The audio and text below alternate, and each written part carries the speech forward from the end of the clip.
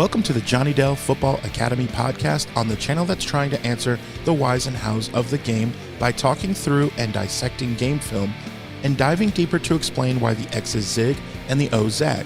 I am Adam Marino, joined by Mr. Johnny Dell, and we are reminding you, as always, the most fun way to watch is on YouTube, where we go live. There you can comment into the live show. Be sure to hit the notification bell and turn on your notifications so you can be a part of the conversation. We also stream live on Facebook and X. Also, the audio versions are always found on Spotify, Apple, wherever you get your podcasts. Now, if you are live with us in the chat, it's probably because you are subscribed, you've hit the notification bell, and turned those notifications on. So, when sharing with your friends, be sure to let them know. We also love to hear from you outside of our live show. Email us at johnnydellsfootballacademy@gmail.com, and you can always check out the website jfa49.com, as it is the most fun way to support the channel. Also, the way we boost the chat and boost the algorithm is to type out hashtag JD49. The usual suspects have done that, so thank you to people like Glass City. And I want to talk about something that Glass City has mentioned right away in the chat. What up, Quiffleball? What up, Dr. Steve? Everybody, what is happening? Thinking about Marcos. I don't know if he's in here yet. He said he was going to the game. Man, such a good first half. Then that's what I want to talk about real quick, because I'll say Glass City got us started. You know, there's something to be said about the idea that, as Glass City mentioned, it's unfortunate that those picks happen in the second half because nobody would care. But here's what I want to submit to you, Johnny, and we'll start there. It is the second half, though. Yeah, it would have been nice, but it wasn't. So do you know that Kirby Joseph leads the league in picks and maybe not throw it in the middle of the field? Or do you fault him at all? I know we love Brock Purdy, but two picks in the second half, you can't do that. I mean, they look such like a playoff team, and then he throws two picks. And yeah, it'd be nice if it was the first half. It wasn't. So can you defend Brock on that? Well, I mean, I'm not sure there's as much defending of it. It's that what we have seen this year, and it's the same thing we saw during the 3-game skid last year, which is when he starts to lose some trust that the guys around him are gonna, pick up some of the slack, he tries to make up for that with everybody else. And he tries to he's less willing to eat a play. He's less willing to, just check it down, let your guy work for the yards. He starts to force things, and he starts to really, try and play hero ball. If we remember, I think a great microcosm of this is the Bengals game last year. Remember at the end of the game, he was rolling out right, and I think it was Jordan Mason that was in the flat area, and he almost tried to pull like a Mahomes sort of thing, and he's rolling out, and he could run it and maybe get a couple yards, live to play another down, and he tries to kind of flick the ball last second to Jordan Mason, and it gets picked off, right? He's trying so hard to make a play, and it's been one of those games where you have to make every play, because the defense isn't stopping anything. They're just not doing anything on there, and your kicker is not making field goals, so field goal range isn't good enough. Or You've extra got it points. right, and so there's just gets this point where he starts pressing and playing this hero ball stuff and just getting a little careless with the football because he's trying so hard. That is a pattern we've seen with Brock. And that's where I want to see him grow in there, is say, look, if we go into this if we come out of this game and we've lost, I didn't throw a pick, and Uh, and you know what? I had to check it down on 3rd down, and we didn't get enough yards, and we had to punt the ball away. That's not on you. Like, that's not on you there. Um, that's on that you didn't the team did not capitalize on its opportunities. The defense did not hold up their end of the bargain. That's not on you. And he has to learn to be okay with that. Um, that's that's the stuff that you want to see him, because again, you start to see this stuff when he's lost a lot of his players and the defense is not playing well. Like when everything starts going against him, that's when you start to see this stuff come up. When the team's playing well and they have their guys, he's more than willing to do that. Just think of the Detroit game from last year in the NFC Championship game. They were down. Like, this isn't just a situation where, okay, when they're down at these points and everything, then he does this and there's a bad pattern. I don't see it as much that. It's when he starts losing a lot of the pieces around him, and overall the team around him isn't playing that great. And so again, you saw it during the 3-game skid last year, but you didn't see it in the NFC Championship game. He didn't start doing that. He wasn't forcing these bad balls. Went and made a bunch of plays, made some plays with his legs, made some great throws.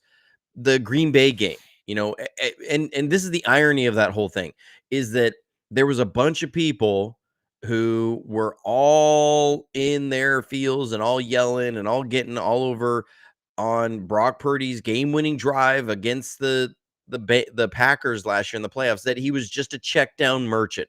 It was just check downs. It was just check downs. He didn't do anything. Blah blah blah. And then this season they say, why won't Brock check the ball down? He just needs to check the ball down. Well, okay.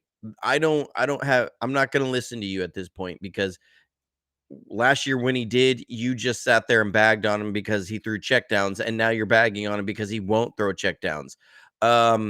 Which is it? You apparently want a quarterback who, at at the same time, throws a ball that into a window to a completely covered guy that has a 0.001% margin of error every single time, but also is able to manufacture his guys to be wide open. It doesn't make sense.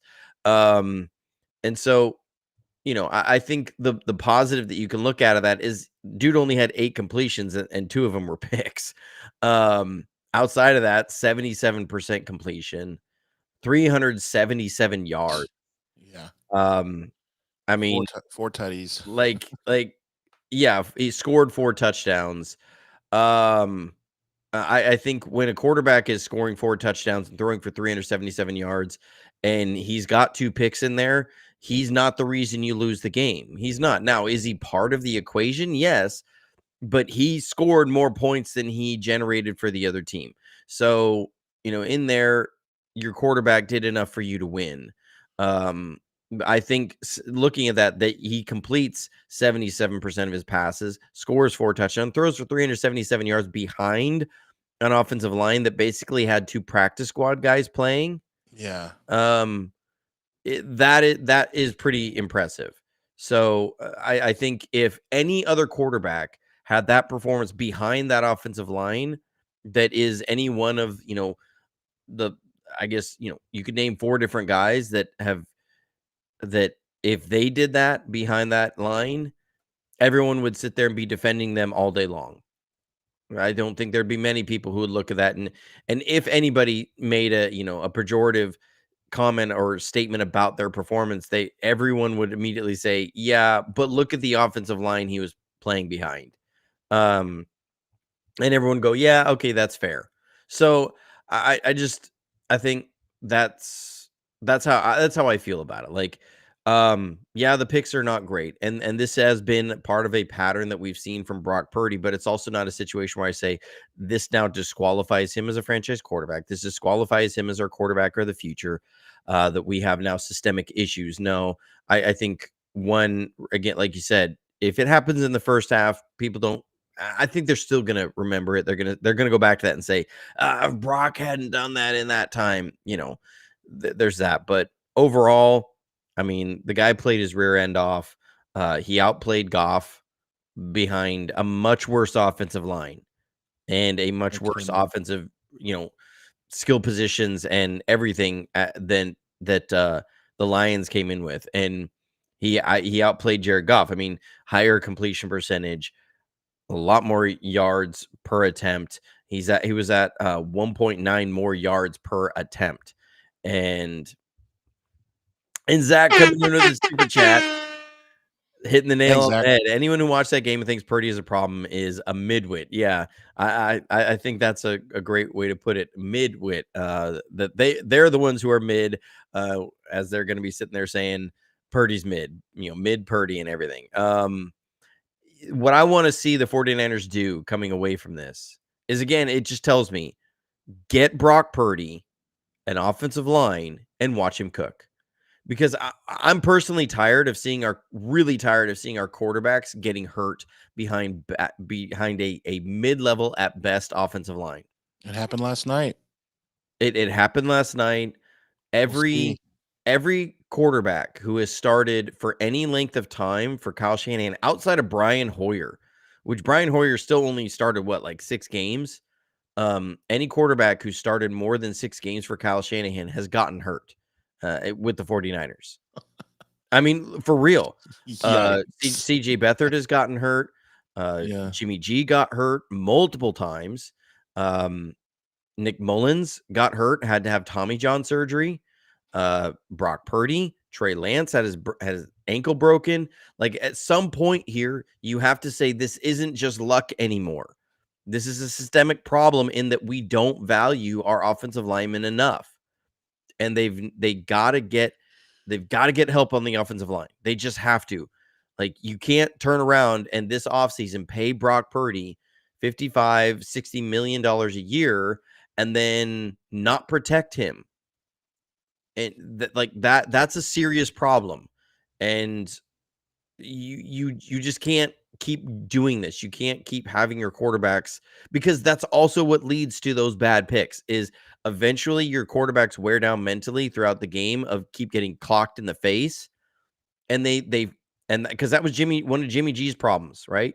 Is that dude would duck and chuck. He would just throw the ball, and while he was trying to duck an unblocked guy coming right at him, and he'd throw a horrible pick, and it would cost us games. Like, you can't keep allowing this to happen to your quarterback. Kyle has got to, this is one area that I will be hard on Kyle on, of saying, you have got to go back to the well this offseason and figure out, how do we keep our quarterbacks less pressured? Just somehow. Because when we look at the metrics for the last 4 years, the 49ers offensive lines have been in the bottom third of pass blocking grades. They just have not been good. They haven't been good in a lot of ways, and they haven't been able to protect their quarterbacks for years. So this isn't a quarterback problem at this point. This isn't a receiver problem. This is a problem with the offensive line.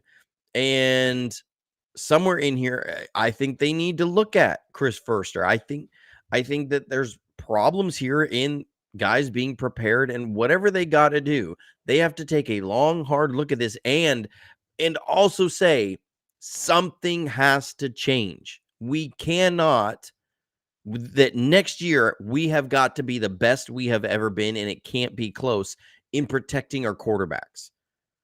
Screw the we want a premier run blocker at this spot because that makes it easier to throw the ball. What makes it easier to throw the ball is having your quarterbacks healthy. Yeah, so that has upright. to be priority number 1. Yeah, let's get into a couple of super chats. First, Mr. G 49er, thank you, man. The defense made only one stop. Yeah, the Lions scored on nearly every possession. Brock didn't lose us the game, and it's been documented how many players from both teams have been out. I wasn't expecting our defense to play all that well. They did at certain times and made a couple plays, but that's a good point in that Brock didn't lose us the game. Taradome mentioned earlier, you cannot give up 40 points and expect to win, and they should have scored more. They missed a PAT as well. So yeah. So I remember it was Brock, the game that Brock got his first in season live action it was the Chiefs 49ers game back in 2022. Mop up Um, yeah, Brock came into mop up time, and through a because pick. everybody was doing the same thing. They were, Jimmy was why we lost that game, and I was like, well, Jimmy didn't help things out, but I was much more concerned about the defense giving up 6 straight touchdown drives, or it was 7 straight touchdown drives. Right. It was just insane. Like the defense gave up 42 points, and then Jimmy G had the safety, and it was 44. But I did a comprehensive review of something I did like the last 20 games of uh, different coaches and stuff. And I think I did all time 49ers, that the 49ers as an organization had only ever won one game where they allowed more than 40 points. Like as an organ in franchise history, I went back to like 1976, something like that. I looked at every single season, and there was one time that we won a game. It was like 1-30 as a franchise when the defense allowed more than 40 points, and that one time was against the Saints with Kyle Shanahan with Jimmy G in 2019. That was the only time in franchise history that the team, when the defense gave up that many points, the team won. So I was trying to put it in perspective. Like, this is insanely abnormally rare that when your defense plays that bad that you can actually win a game. Um, and so that does need to be put in perspective. Now, there is the argument that on the other side, people will say, yeah, but those interceptions allowed more points. And so, yes. Okay. So one of The them one for does. sure did. Yeah. Right. The one did for sure. Um, but on the other side, like, I also put it out during the game, the 49ers in their last 6 games have 1 turnover. 1. Like, have created 1 turnover. And that was a Caleb Williams, Jimmy G style backwards pass into the ground fumble. Like, that's the only turnover that the team has forced over their last 6 games. And then after that, I think it's 3 other games, and they forced 1 turnover. So, like, this is just a thing where you look at the defense and say, you don't have anybody playing like a major dude. Like, you have some really good players. Nobody, maybe Nick Bosa, but like Fred Warner, we were talking about him through the first 6 games as defensive player of the year. Obviously, he's been hobbled by an injury. I mean, that that really has slowed him down. And I mean, dude had like 4 turnovers within the first, and like 5 other forced fumbles through the first 6 games, and suddenly there's been no turnovers. And this has been a problem for the 49ers for a couple of years. I remember last year with Steve Wilkes, and we didn't generate enough turnovers. That was one thing that with Robert Saleh that they did a lot of. They generated a lot of turnovers. And D'Amico Ryans had started coming there, that they generate a lot of turnovers. But on defense, I'm just not seeing anybody, being like, looking like, okay, you are making a case for all pro this year. I think Diamador Lenore has done that through most of the year, but at this point, there's not enough around on the defense to make the difference. So, I mean, if we just look at the team stats here, I'm trying to pull them up real quick. But the game was just like, you can't give up that kind Oh, of the yards yardage in the game. and Yeah. I expect to mean, win. Like, it was you like just can't. Tecmo Bowl. It It really was. was. I mean, this was like, this was really like watching a couple teams like in a Madden Bowl. I actually was watching this game from the lens of being a football fan, because I've taken a step back a little bit, knowing that our season is, it, when we're so hardcore about our fandom, the season's over. If we're not going to play in the Super Bowl, then it's over. So, like, as a football fan, man, especially in that first half, it was just an exciting game to watch. It like Monday Night Football, I think we gave the country a great game, you know. Um, but yeah, just as a Niner fan, just frustrating to see the Lions do whatever they want, and Dan Campbell's smug face going for it and it working out when it did. Like when he went for two at the amount of time that's left in the game to go for two, I just want the football gods to punish him. I don't want St. Brown to be wide open because Green spaced out. I don't know what Green was doing. Troy Aikman had no idea what he was doing. Like, it was bad. That was really bad. And it's like, no, football gods, you're supposed to take care of that. With 11 minutes left in the third quarter, down because you missed that PAT or whatever, you don't go for two yet because you don't need it. There's still 25 minutes of football left that you don't go for two, because if you don't make it and we score a touchdown, you are down 9 points. This isn't that difficult of math. And Dan Campbell gets away with it. His team loves it. The city of Detroit loves it. I get it. And when they're not playing my team, I just chuckle. But when they are playing my team, then it upsets me. And I'm like, ugh, it was just rough to see that. But um, so let's get to another super chat though. Keep them coming, guys. Thank you. Because I was wondering about this too. So Glass City asks thoughts on 16 straight plays. Kyle seems to get predictable in the fourth quarter. Well, I mean, in one argument, you could also say that Kyle passing the ball 16 straight times is very un-Kyle and unpredictable. But I just think when you're a team that has built itself on being balanced and being 50-50 run pass, and that's what you spend the majority of your mini camps and OTAs and training camp and practices working on, and then you get into a game and you decide that you're going to stop running the ball and drop back 16 times, and you're playing two practice squad offensive linemen, eventually something bad's going to happen. I think, whether it's a pick or a sack or a strip sack, something bad was going to happen there, and it did. You're not a team that you haven't built yourself to drop back 16 straight times. You don't practice it enough to drop back 16 straight times. You don't work on the details of it enough. And we've seen some of those things. And I'm not saying that that's necessarily a wrong approach, because you do like to be balanced, and balanced teams do find success more often than not. But when you build yourself as a balanced team, you can't become unbalanced and just say, well, our quarterback's slinging the ball around and we're getting a lot of yards, and this is the only way we're going to win. Well, it's also going to be the only way you're going to lose, because eventually something bad's going to happen. And then guess what? Your quarterback throws two picks, and then he gets hit off an unblocked guy off the edge and is now dealing with a nerve issue in his elbow. Now, I have hope that injury is not too bad. I've gone through almost the same exact thing.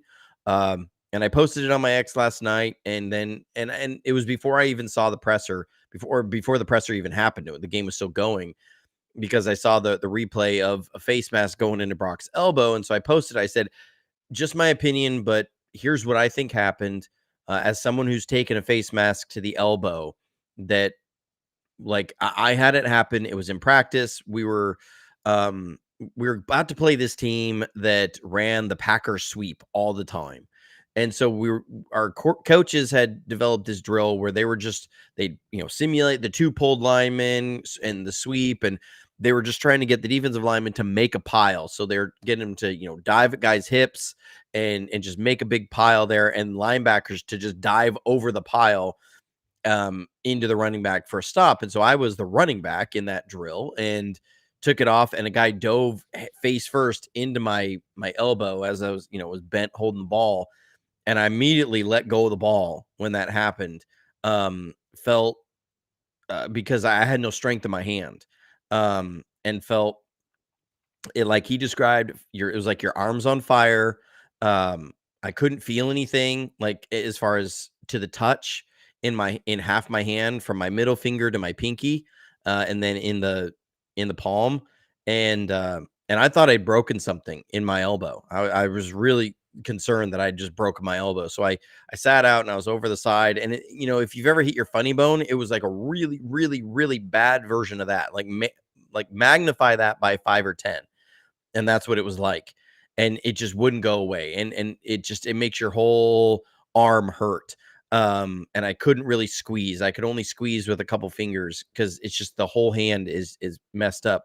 And so when I saw Brock on the sideline try a couple throws and he just said, I can't. I went, and seeing where the face mask hit, I went, I bet you, because you have two nerves. It's called the ulnar nerve, but you have two nerves that cross at that point in your elbow. If you reach down in your elbow, there's a little groove between in your elbow joint, and if you press on that, that's where your funny bone is. And if you bruise those nerves, that's what happens. And it took me at least 2 or 3 hours before I got feeling back in my hands. I remember I went to the trainer and she was like, you're out of practice right now. You are not finishing practice. You're out of practice tomorrow. And I was like, but we need to prepare for the team. And then she goes, where's your elbow pads? And I was like, I don't have any. I think they look kind of silly. And she was like, well, what position do you play? I said, running back. She goes, why don't you have elbow pads? And I was like, well, she goes, you need to go get some elbow pads today. So I went and I got some big lineman elbow pads and stuff. But that spot is bruised to this day. And for years, it was really, really sensitive. Like I could be sitting on a couch, and if I just pressed against a couch in the wrong way and it pressed a little bit on those nerves, it was like you just hit your funny bone. And it would be, bad for a few minutes, and then it would come back. That's what I figured happened. And then Kyle got in the presser and said, it's not the UCL. He's dealing with a nerve issue in the elbow. And then said, it's a thing where, like, I guess if you hit it just right in the right spot there, it can really, feel not great in the elbow and everything. And so I was like, okay, that's exactly what happened. Is that hit that ulnar nerve. Now it can be pretty serious. I think, Joe Montana had something very similar. He had some swelling in his elbow when he was playing that was pressing on that nerve. And that's why, if you remember, he played for a little while with an elbow pad.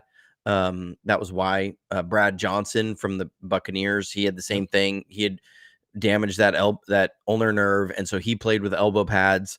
Was like, I'm not letting that happen again. So that's what I see this. It's not long-term debilitating, but it can be pretty uncomfortable. Yeah, I don't care if he plays next week. Honestly, I thought Dobbs came in and did so well, and his former team is the Cardinals. Let him play against the Cardinals. Hey, another super chat from 49er Ski.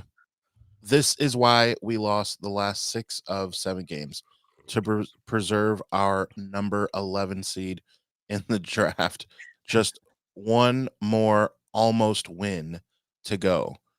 And what's funny is I was talking with my guys from Sports Idiot Nation, as you see my nice mug and my hoodie. I was in the group chat with those guys, and we were going over, this got released from, where it got released from actually is our friend Adriana, who was on the show, New York Giants fangirl. And so I have it here, week 18, quote unquote, clinch scenarios for number 1 pick assumes no games end in tie. And it's quite funny. Patriots clinch number 1 pick with a loss versus Buffalo, or a Tennessee win versus Houston, and a Cleveland win at Baltimore, and a New York Giants win at Philly. The Titans clinch a number 1 pick with a loss versus Houston and a New England win versus Buffalo. Browns, Giants, Houston, blah, blah, blah. All this, it's just funny, the different scenarios for the number 1 pick, and all that to say regarding us, what pick we're going to end up with. We're not going to get the number 1 pick. No, of course. Well, of course not. There's way too many teams worse than us. But I'm just saying, it's funny to start thinking about all the different scenarios that can happen, where you're like, okay, if there's big enough of a jump in the pick, like, yeah, throw Dobbs out there. Let's lose and have it, by one possession or something. Make it look. Lose with dignity. Yes. Then, I am not. Lose with dignity. Put your backup quarterback and feed him to the Lions and say, well, we lost. Of course we lost. It was our backup quarterback. That's what you do. Yeah. And it'll just be interesting to see. I don't know. I like what Invader says, elegant tank mode is yes. that you tank, but you also have enough to where you prove that you still could be a good football team. But then it's a double-edged sword there, because then what happens is everybody who claims it was a lost season, and you know what, nobody was going to win with this situation anyway. Then when the team almost wins, they go, this is why Kyle Shanahan isn't it. And this is like, okay. Yeah, whatever. And I guess coming back to this defense, like the numbers actually, there's some numbers that make the defense look better than it was, because like if you look at Detroit's rushing, 4.6 yards per carry. Well, that's also because Jameson Williams on a busted trick play where they were going to try and run a little double pass, dropped down for a loss of a yard. And Jared Goff has 3 carries for -3 yards. So like those are considered carries in there that were help the rushing per carry average go down. Jahmyr Gibbs was at 6.5 yards per carry on 18 carries. Like that's bad. That is bad for your defense. Yeah. I mean, like every time he touched the ball, and then Craig Reynolds, who is their number 3 running back, was at 4.4 yards per carry. So those two guys as running backs were darn near 6 yards per carry. I think it was like 1 yard away or 2. They were 2 yards away from being at a full 6 yards per carry from their running backs. Like that's not good. That's really not good for your defense. And it was something I tweeted out in the middle of the game. And these are the things that get lost in the Brock Purdy conversation, because Brock Purdy throws 2 picks. They get lost in the conversation because, Ben Johnson is just amazing. Is all season long, we have been getting pushed around on the interior defensive line. Going back to the Rams game, I tweeted it out. I posted it on X. I said, teams are going to continue running duo at us until our defensive tackles prove they can stop it. And teams have been running up the middle on us all season long. This is not a Brock Purdy threw 2 picks in week 17 situation. That our defensive tackles have been getting bullied off the ball all season long. We are not strong enough up the middle. This is why you have fewer turnovers on defense. This is just at some point, teams are going to say, we get it, run up the middle at them, and they can't stop it. The only team who didn't get that memo were the Bears. They just seemed to not watch film or something. I don't know. They didn't get that memo. The league sent it out and said, hey, run on them up the middle on the 49ers and you win. And they marked it as red and didn't actually read it. Like that was what happened. Marked it as red. So like every team has seen that and they do it on us. And I also this is also why I think we saw a little bit of fool's gold when Dre Greenlaw was out there of saying, the defense was there and they were legit and they were awesome. And so, and we will get to the super chat in just 1 second. I about to get distracted, but is that when the moment that I was like, okay, this is the issue I've had with Nick Sorensen all season long. So it was like first drive that the Lions had. You remember they got down to like the 10-yard line. And they brought out 3 extra offensive linemen. This is something they've done for years with Dan Campbell. They bring out the big hogs. They literally pull every offensive lineman that they have suited up for the game out there as extra tight ends. Okay, do you remember this, Adam? Yeah. Okay, they started out lined up to the right, and Nick Bosa's over there. Yeah. Which, if you were going to have one defensive end stand up in that situation and hold up, that's Nick Bosa.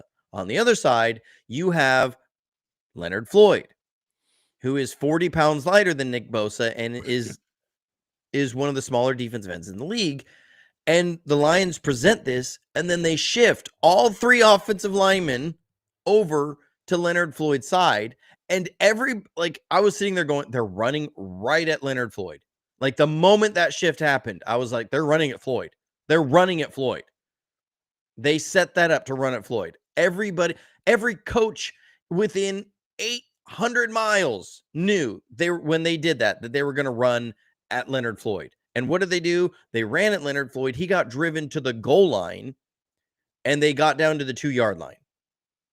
Like, that is complete unpreparedness as a defensive coordinator. You should have a plan that says, if they come out, because they will at some point in the game. This wasn't like you watch film, Brand you watch new, say, yeah.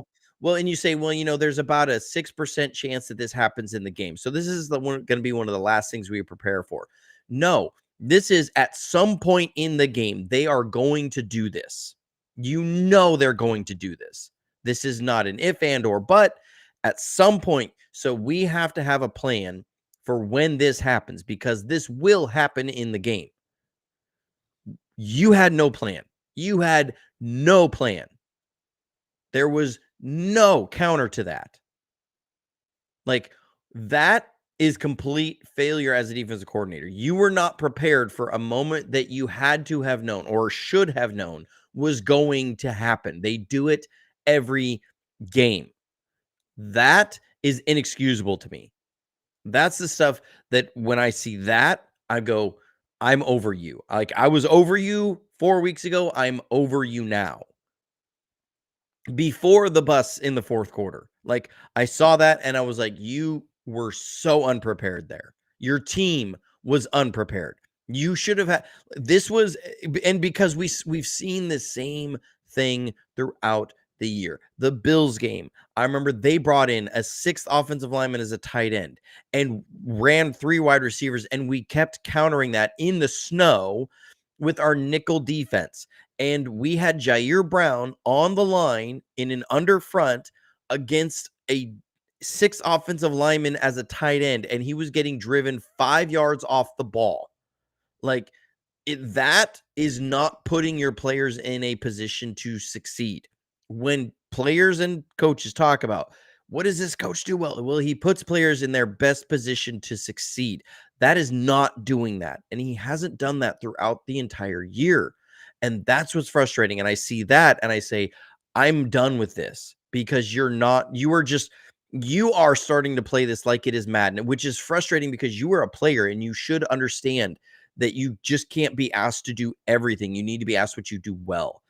And when you see that I go, please get me Robert Saleh back in the building. I don't understand the pushback from a lot of people that says, I don't want Saleh to come back. I don't understand that. The Jets defense, when Saleh was there, was a top 10 defense every year, no matter how bad their offense was. And they were top 10 in a lot of metrics. And so the 2020 year, when that defense was devastated by injuries, they were still a top 5 defense in 2020. Like, the defense never looked this bad with Robert Saleh, except for 2017 and 18, when they were just completely devoid of talent. But like, Right. what I saw last night was like, I'm done with you, Sorensen. Like, I am so done. So we are not done with Zach because he keeps hooking it up. That Ben Johnson take is lazy and stupid. This is why so many love it. Let's be better, folks. Yeah. I mean, look, Ben Johnson has done a great job. He's done a great job there in Detroit. Of But course. let's understand that if that Lions defense is what they have for the playoffs, the Lions are not making it to the Super Bowl. They're not making it past the Eagles. They're not making it past the Vikings. They're not making it past the Packers. Like, that defense, because, and again, they've suffered a lot of injuries. Like, at some point, it just started to feel like, with the injuries, people said they've overcome their injuries so well. You go, well, they've squeaked through a few. Yeah.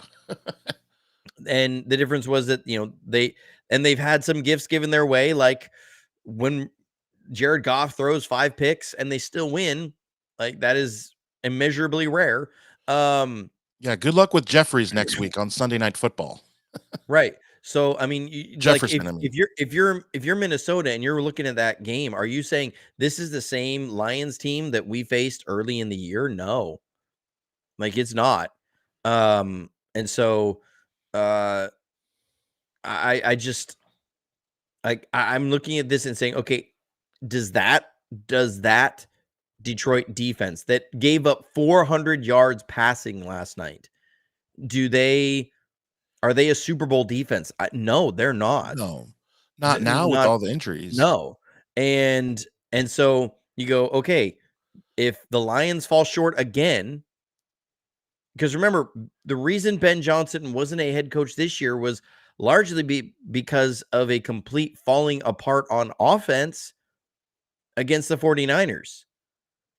They were up 17 points, they scored 24 points in the first half, and then turned around and in the second half scored 1 touchdown. And Yeah. that was it.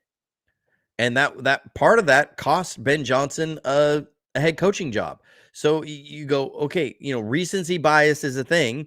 The Lions have been a very explosive offense this year, but if they don't make it to the Super Bowl, um, are we going to start changing the narrative on this, or are we going to excuse Ben Johnson and the Lions for not having a success because their defense was really injured and they weren't as good?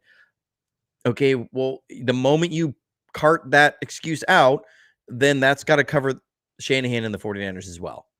So you can't have it both ways on here. Now I get it. Look, I do get it that the Lions offense has been much more explosive. They've also been much healthier on offense than the 49ers have.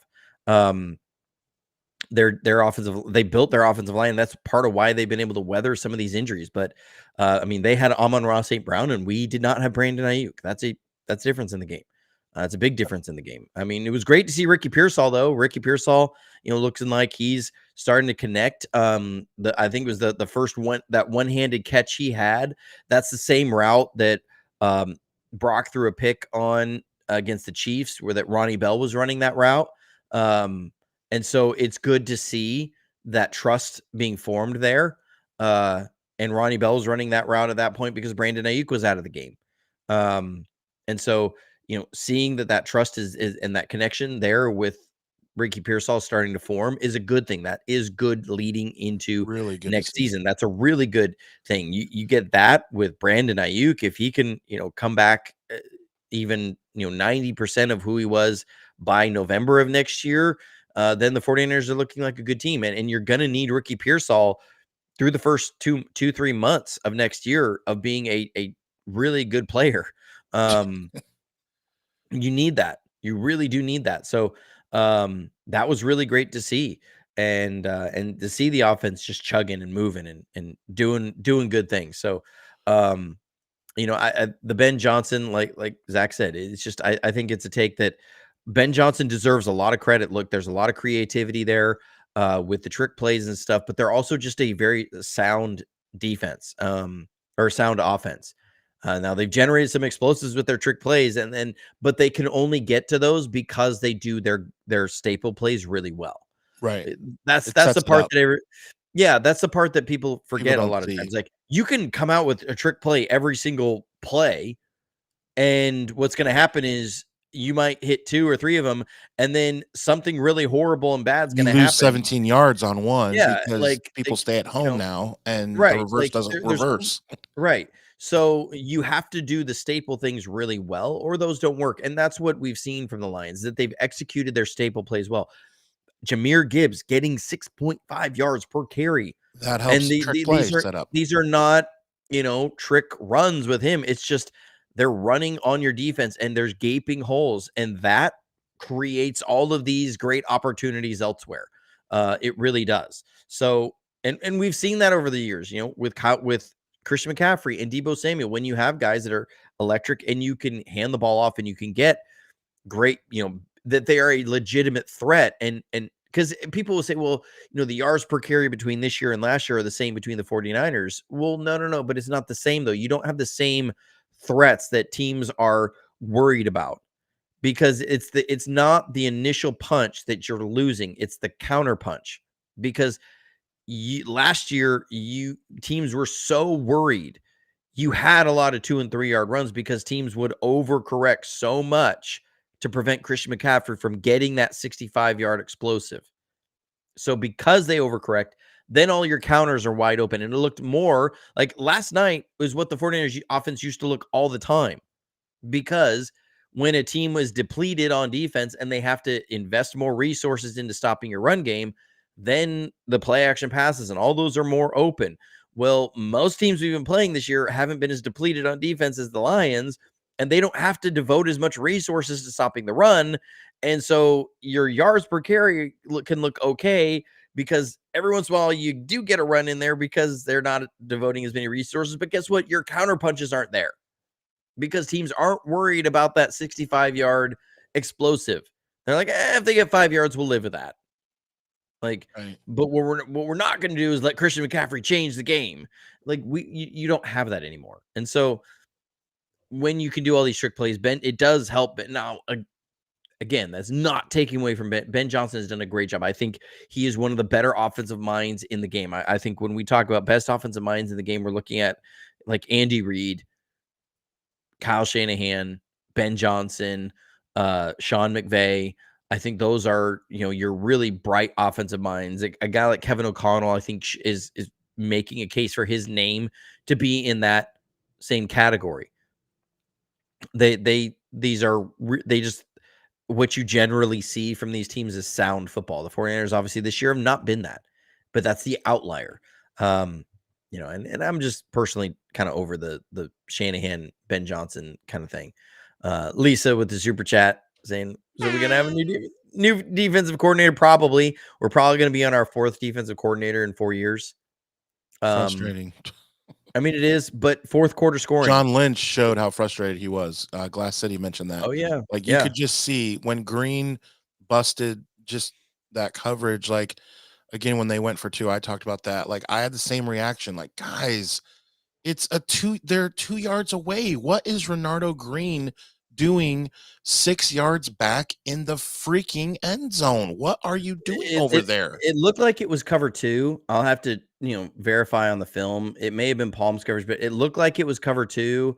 And whoever was in the nickel spot bailed inside and really left him out to dry. Because it was just a high-low on that. Somewhere in there was not, there was a bust. Either it was on Hufanga. He was supposed to take the corner. Maybe it was on Green. I just feel like you have to adjust. If you're Green, you have to adjust and just know where you are in the field. You're on the 2-yard line. You're not at the 37. Yeah, but understand if he drives on that, then there's going to be a guy wide open in the back of the end zone, like wide open. I mean, just as open. So there's a bust somewhere in there. Like I got to watch the tape, got to see what happened. There's a serious bust. We had another one on 4th down. It was 4th and 2, and they got 19 yards on a guy that was Laporta killed us. I mean, I don't think Laporta killed us. We killed us. Like, no, I mean, for real. Like when you have a guy who is just not even covered and he gets 19 yards, like we could have brought someone's grandma out in a walker and she would have killed us. Like we would have said, man, we got absolutely destroyed by Meredith out there. She destroyed us with her walker with the tennis balls on the end. She blended in with the turf. We couldn't even see her. She destroyed us out there. It was just wide open. We couldn't cover her. Like in that sense, I go, Laporta didn't kill us. We killed us. Like you literally bust your coverage and he's unblocked. Like you're having communication issues all season long. And it's just things like that. Like you can't have things like that in that situation. Another super chat coming in. You guys are fired up, ready to. What you're really doing is helping us get to the Senior Bowl. That's what you're doing. You're helping us get to the Senior Bowl. It's pretty expensive to get there, and you're helping us out in that. If anybody's a small business owner or a business owner, and you want to sponsor our trip to the Senior Bowl, just let me know. We will shout out your name every single post, every single everything. You want to sponsor a trip to the Senior Bowl, we will take that. But Glass City says, show Pearsall some love. Roasted man coverage, just like he was drafted for, and made the great, catch radius circus catch that we'd seen him make in college. Absolutely great. He's still a bust. A little joke there, being facetious, because what we've heard from a lot of the year is Pearsall's a bust. And again, you tend to, on a season like this, get really extreme takes. Either Pearsall's a bust or Kyle Shanahan is a fool for not using him. It's somewhere in between. And again, people say, why isn't Jacob Cowing been getting more reps? And you say, well, you got an offensive PI on a mesh concept where George Kittle should have been down to the goal line, but then you get the offensive PI, and then Jake Moody misses the 51-yard field goal. Tell me if you've heard this movie plot before. The 49ers set up goal to go in a game that everything seems to not be going quite well, but they're rolling on offense. They're able to do things. They get set up on goal to go with one of their playmakers making a big run after the catch, but it is called back for a penalty on a rookie wide receiver. Tell me if you've seen that movie before. I feel like I just watched it last week. And then Jake Moody misses the field goal afterwards. I feel like I just watched that video. So, yeah, Ricky looking great, looking like the guy that we drafted him to be. Lisa coming in with a super chat. Man, the NFL can enjoy this year because next year it's going to be a scary season. Angry and healthy 49ers is going to be dangerous to all opponents.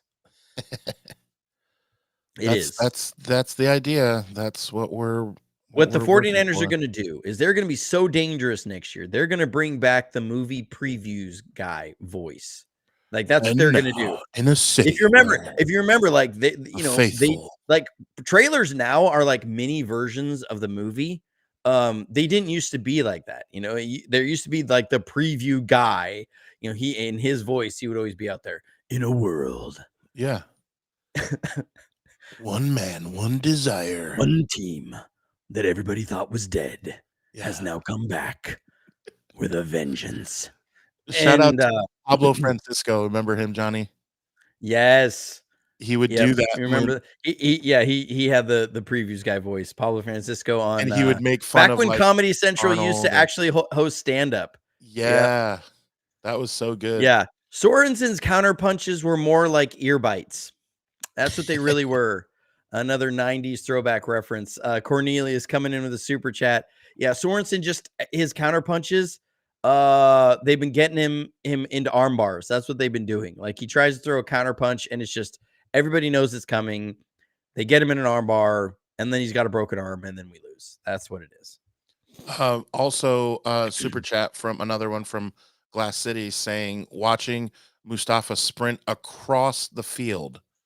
I mean, yeah. That was the play that we actually had good defense at the point of attack, and then Gibbs like totally reversed course, went back across the field, and you were like, "Oh my Lord, they're gonna get a big run here. There's gonna be a non-hold called somewhere here, and Gibbs is gonna take off for 20 yards down the sideline." And Mustafa ran him down. You see, he's got that talent that you can't teach, that skill you can't teach, which is speed. Right. It was awesome. Desire. I'm excited to see, I think a lot of us are, we're excited to see Mustafa going forward. I do think, there are a lot of positives to build on with this team. Pearsall looked great. Kittle still is playing at a really high level. Dominic Pooney has been good for the most part. He did get absolutely destroyed on one play. But everybody's going to have a bad rep every once in a while. Mustafa has been a really good bright spot. I think he's only going to improve from here. Renardo Green, while there was a bust, I got to see what's going on there. He is overall shown to be an absolute stud because earlier the only stop we had on defense was a phenomenal play, an absolutely phenomenal play by Renardo Green. They're running a very similar play as a high-low on him out there. They were trying to hit Amon-Ra St. Brown on a quick out, and it looked like a quick out paired with a post. excuse me. And it looked like first Renardo squatted on the quick out, and Goff was looking over that direction. He wanted to go to St. Brown. He saw Green was there, pulled it down, moved to his number 2, and Green bailed and broke up the pass to Laporta in the back of the end zone. Like, that was a phenomenal play by Renardo Green. So there are some bright spots there. It's just hard in a season when you're, 6-10. Yeah, it's been it's been a year. As I was gonna say, as Johnny takes a break, and you're on mute. You're definitely on mute. Sorry, it was my cough button. I just hit that. So, so you could get your yeah. cough out. It's we've got all this like weird Gulf and north air coming through the Hey, don't blame the area for a north. couple days. Don't Well, blame me. when it goes from like 30 degrees and almost no humidity to 70 degrees and 80% humidity and back and Oh, forth, like 70 degrees. It's so no, bad. no, no, Your no, no, life no. is It's so just rough. going like that really high humid, warmer No, and I humid know. and cold and dry, and you have it going back and forth like 4 times in 3 weeks. It really messes with your sinuses. So Someone has to give you a hard time. I'm sitting here with a microphone. It may as well be me. no, the So 49ers have given me enough of a hard time, Adam. yeah, that's fair. They've given us all. And don't worry, I get a lot of people in the comments on the videos when, especially for videos, like people love to pull receipts. Like I'll have a video from 2 months ago where I'm like, hey, this player or this thing is looking like it's trending in the right direction. This is looking really good. And then And then, we have a game like this. People doink. love to go back to those games and be like, you said this didn't age well, bro. And I'm like, yeah, all right. Yeah. What are you going to do? One thing you can do is be sure to take your phone, and when you see someone wearing Niner gear, show them this channel, show them one of your favorite videos, and also check out Sports Idiot Nation. You can get a hoodie like me. It is for sure hoodie season, unless it's 70 degrees. Other than that, it is hoodie season. So episode 15 is with Johnny, and that is awesome. Talking about Niners. So one thing too, Glass City has a good question. So off-season plans, do you have any that you can tell the good faithful here? Honestly, I've been just trying to finish through to the end of the season. Haven't put together my off-season plans yet. What I'm actually going to do is here for a lot of the members of JFA49.com, I'm going to start a thread in our communities tab of what you guys want to see during the off season. What are some topics or Cool. scheme things that you want more information on? And I'll let you guys help curate what's going to be the off season work that we put in. Really appreciate all the members of JFA49.com. They are the ones who have been able to make these shows happen, make all the review videos happen. Make trips to the Senior Bowl happen. You guys and your support has been absolutely huge. It is really, especially with the way that this season has gone. We've leaned on that support so much, and thank you so much for that. So that's what I'm going to start there. I'm going to do that this afternoon. Look at what are some things people want to see. Do we want to see individual player evaluations? That's one thing I'm thinking about. Is okay. Let's look at. Let's look at, say, Eric Saubert, tight end number 2. How has he been this year? And what would either need to improve there, or where do the 49ers, do they need to look at addressing that position more as we go? What's been the tape on Malik Mustafa in general throughout the season, or Renardo Green or Isaac Yadam, or, Jair Brown is what's going on there, and sort of thing. Those are some possibilities. Or do you want to know, let's walk through the Shanahan playbook into the passing concepts. Here's this passing concepts. This is how it's supposed to go, and here's the playbook on it, and here's the coaching clips on that, so that if you want to watch film yourself, you can see that and understand what you're looking at. So yeah, that's kind of what we're gonna I'm gonna put up there and let you guys decide on that kind of stuff. Yeah, very cool. Be sure to head over to jfa49.com if you have not already. Thank you to Power Brand Systems who has helped set that up for us. Those guys are a great couple of bros helping us out there.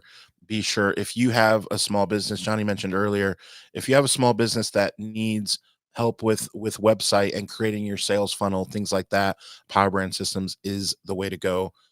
So again, check out jfa49.com. Be sure that if you are in the chat with us, that it is probably because you've hit the notification bell. So if you are catching this later and you're like, I missed these guys, it's probably because you're not subscribed or the notification bell is not clicked on, because we don't always go at the same times. Life happens. Life comes at you fast. Shout out to 80s movies. So be sure to hit the notification bell so that you can be notified when new content drops, when new videos drop that Johnny makes. That's why we're all here, is from those videos. So we will come at you again on when, let's see, today. It's weird when we don't, when I'm like out of my rhythm of a regular Monday/Friday. I know it's only Tuesday, but I'm already like, what day is it? And it's New Year's Eve. So I guess we'll just see you next year. Why don't we just say that? We'll just see you guys next year. We'll see you probably Friday to talk about, hopefully, Josh Dobbs versus the Cardinals. That's honestly what I want to see, and I want to see him throw for 325 and have us lose by one by a field goal at the end. That's what I'll say. We'll talk more about Friday, but Yeah, um maybe we'll feel a little bit more moody on Friday and get into that yeah, topic. we'll end with one last super chat. Have you guys read The Why Is Everything? I have not. I have not read that. I'm not familiar with. I'm assuming this is a book. Right, I I'm haven't read assuming it. too. Maybe I'll look into it. We'll see. Yeah, we'll have to check that Because out. the That why sounds is fun. everything. That is The why we Whys are in the the House wise is in the this house. channel. It is. So thanks again for hanging out with us, guys. We love having you. A lot of people in the chat today. So we will catch you. The plan is to catch you next year, Friday. Have a safe and wonderful ball drop. Have fun watching that. Be with friends and family. Get that kiss. I know Johnny's getting his kiss for sure at midnight. So thanks, guys. In the meantime, stay safe, stay healthy, and as always, go Niners.